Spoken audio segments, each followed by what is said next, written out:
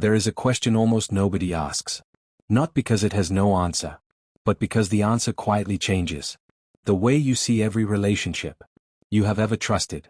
What if the most generous person you know is still, in some way you cannot immediately disprove, acting in their own interest? What if love, loyalty, sacrifice, even grief, are never completely free from the self that is experiencing them? Arthur Schopenhauer spent his entire life following that question, to places most people choose not to go. What he found there was not cynicism. It was something far more uncomfortable than that. In 1818, a 30-year-old philosopher published a book he believed would change how human beings understood themselves. For decades, almost nobody read it. Schopenhauer lived most of his life in relative obscurity, watching colleagues receive recognition he believed he deserved, carrying a quiet bitterness that would eventually become one of the most ironic footnotes in the history of ideas. A man who wrote the definitive text on human self-interest spent his life consumed by it. In The World as Will and Representation, Schopenhauer argued that beneath every decision, every relationship, every act of apparent generosity, there exists a single blind force he called the will. Not willpower, not ambition, something older than language, a drive to persist, to consume, to survive, operating beneath conscious thought, shaping behavior before the mind has had time to construct a reason for it. He was not arguing that kindness is a performance, or that compassion is a lie. He was arguing something more precise, and more difficult to dismiss, that the self is the only experience any human being ever has direct access to, and that everything else, every moral principle, every selfless act, every declaration of love, passes through that self, before it reaches the world. That single observation sits at the center of everything this video is about to show you. Part 1. The self you cannot leave behind. Try, for a moment, to experience someone else's pain directly. Not to imagine it. Not to sympathize with it. To actually feel it. As they feel it. From inside their nervous system. Their history, their specific despair. You cannot. No matter how much you love someone. No matter how precisely you imagine their experience. Your perception of their pain is still happening inside you. Schopenhauer believed this is not a minor philosophical detail. It is the central fact of human existence, and the root of almost everything that goes wrong between people. Because when your suffering is always more immediate than anyone else's, when your hunger, your fear, your loneliness arrive with a weight that no one else's can match, the mind develops habits of prioritization, so deeply embedded that most people never notice they are there. Psychologist Daniel Kahneman, in decades of research on how the mind makes decisions, found that human beings are not the rational, other-oriented agents they believe themselves to be. The mind operates on two systems. One fast, automatic, self-referential. One slow, deliberate, capable of genuine moral reasoning. The first system runs almost everything. The second system arrives afterward, often to explain what the first system already decided. Schopenhauer described this 150 years before the research existed. He called the explanations the intellect's way of serving the will, constructing coherent, virtuous narratives for decisions the deeper self had already made, for its own reasons. This is why the most self-serving behavior so rarely feels self-serving from the inside. The mind is not hiding its motives from you. It has genuinely convinced itself that its motives are what it says they are, and that capacity for self-deception is not a flaw in an otherwise honest system. It is the system working exactly as designed. But if this is true of individual decisions, what does it mean for the things we consider our most selfless experiences? What does it mean for love? Part 2. The self inside love. Consider what actually happens when someone you love leaves. The standard explanation is grief, sadness for another person's absence, concern for their well-being, the loss of connection. But examine the experience more carefully. The specific texture of heartbreak is not primarily about the other person.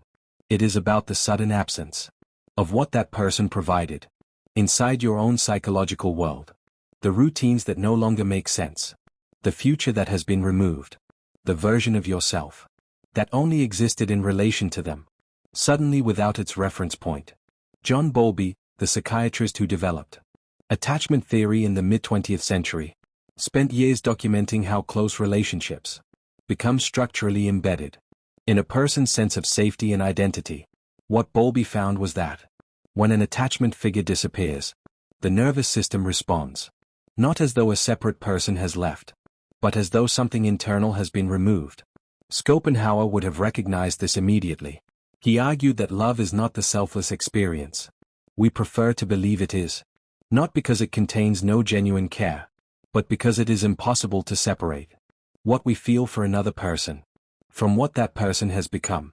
Inside our own psychological architecture, the question he asked, and it is worth sitting with, is this: if someone you love tells you they have found happiness somewhere that does not include you, do you feel relief? Or do you feel loss?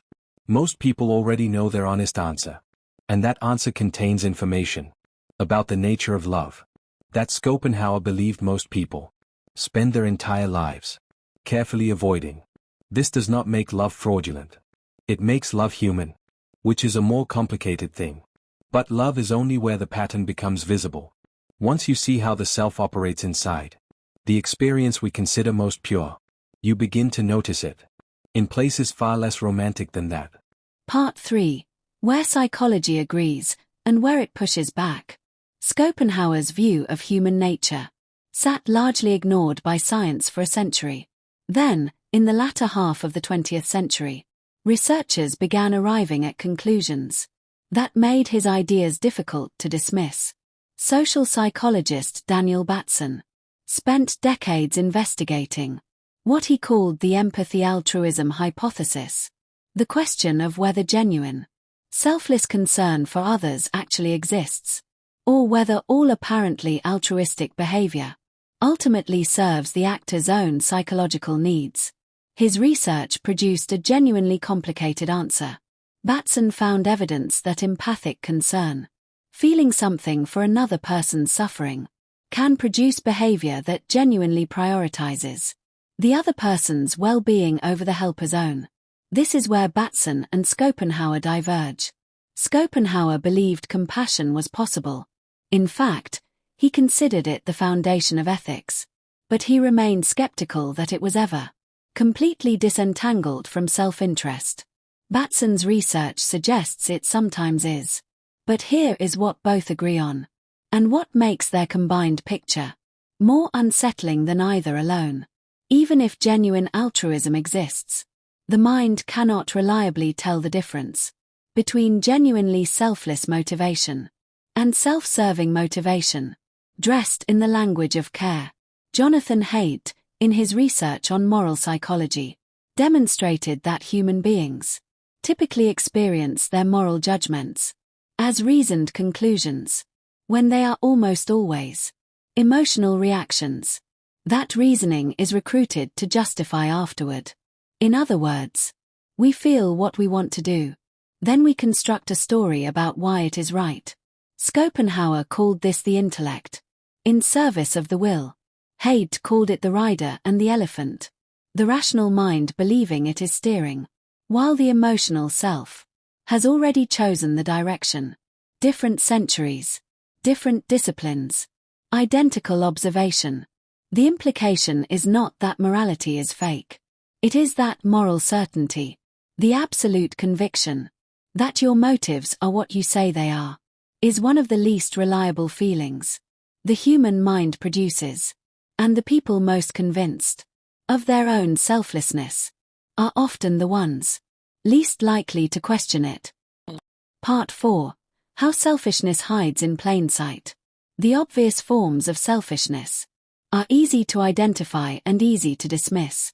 The person who takes without giving, the manipulator who treats relationships as transactions, the narcissist whose concern never genuinely extends beyond their own reflection. These people make selfishness visible. They do not make it interesting. The form Schopenhauer was concerned with is far more difficult to see, because it does not look like selfishness at all. It looks like worry. A parent who cannot allow their child to make independent decisions because the child's struggle produces something intolerable inside the parent.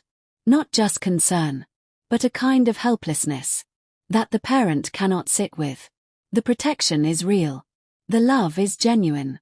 And yet the urgency of the intervention is being driven, at least in part, by the parent's own psychological discomfort. Not only the child's need. It looks like loyalty, a friend who is present for every crisis, who arrives without being asked, who makes themselves indispensable in moments of difficulty, and who becomes subtly distant, quietly withdrawn, when the crisis resolves, and the need for them disappears. The care was real, but so was the need to be needed. It looks like honesty, the person who delivers difficult truths with a particular kind of satisfaction, who frames their bluntness as a gift, who believes they are doing you a favor by saying what no one else will, but whose honesty seems to arrive most reliably in moments when it will be noticed, when it positions them as perceptive, when it produces a reaction that confirms their self-image as someone who tells the truth. Self-serving bias, documented extensively by social psychologists since the 1970s, is the mind's tendency to interpret ambiguous information in whatever way is most favorable to itself. Schopenhauer's contribution was to argue that this bias is not a cognitive error grafted onto an otherwise neutral system. It is the system. The will does not occasionally distort perception. It organizes perception, selecting what to notice, what to remember, what explanation to find convincing, in the service of its own continuation, which means the most dangerous form of self-interest is not the kind you can see. It is the kind that has already explained itself away before you thought to question it. Part 5. How to see this without becoming cold. Everything described in this video could produce one of two responses. The first is cynicism, the decision that because self-interest is woven into human motivation, nothing is real, no one can be trusted, and every act of kindness conceals a transaction. Schopenhauer himself was accused of this conclusion. His philosophy has a reputation for bleakness that is not entirely deserved. Because his actual position was more careful, he believed that recognizing the will, seeing clearly the force that drives human behavior, was not the end of ethics. It was the beginning of it.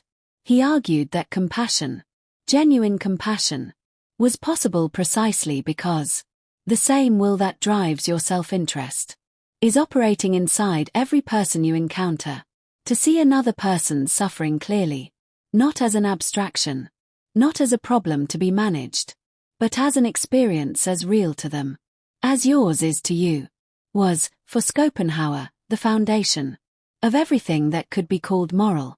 The practical question is not whether self-interest exists in your motivations. It almost certainly does. The practical question is which direction you are looking when you make decisions about other people. Paul Bloom, in his research on empathy and moral behavior, found that the quality of care a person provides is often more reliably predicted by their capacity for careful reasoning about others' needs than by the intensity of their emotional response. Intense empathy, Bloom found, can be just as self-referential as any other emotional experience, producing behavior oriented toward resolving the helper's own distress rather than the other person's actual need.